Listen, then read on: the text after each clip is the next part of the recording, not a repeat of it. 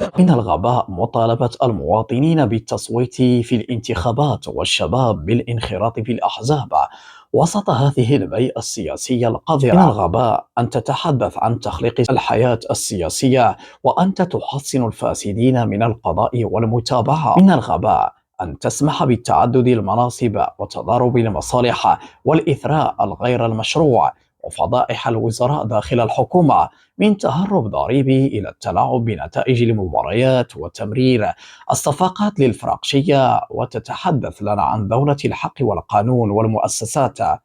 من الغباء أن تستغرب من الشعب إذا خرج للشارع مطالبا بحقوقه، إذا كان البرلمانيون يصفقون لرئيس الحكومة داخل البرلمان والإعلام يطبل للحصول على الدعم.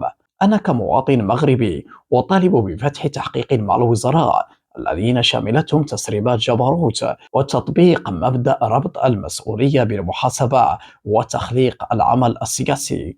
المرجو التفاعل مع هذا الفيديو أيها الأحباب الكرام، حياكم الله.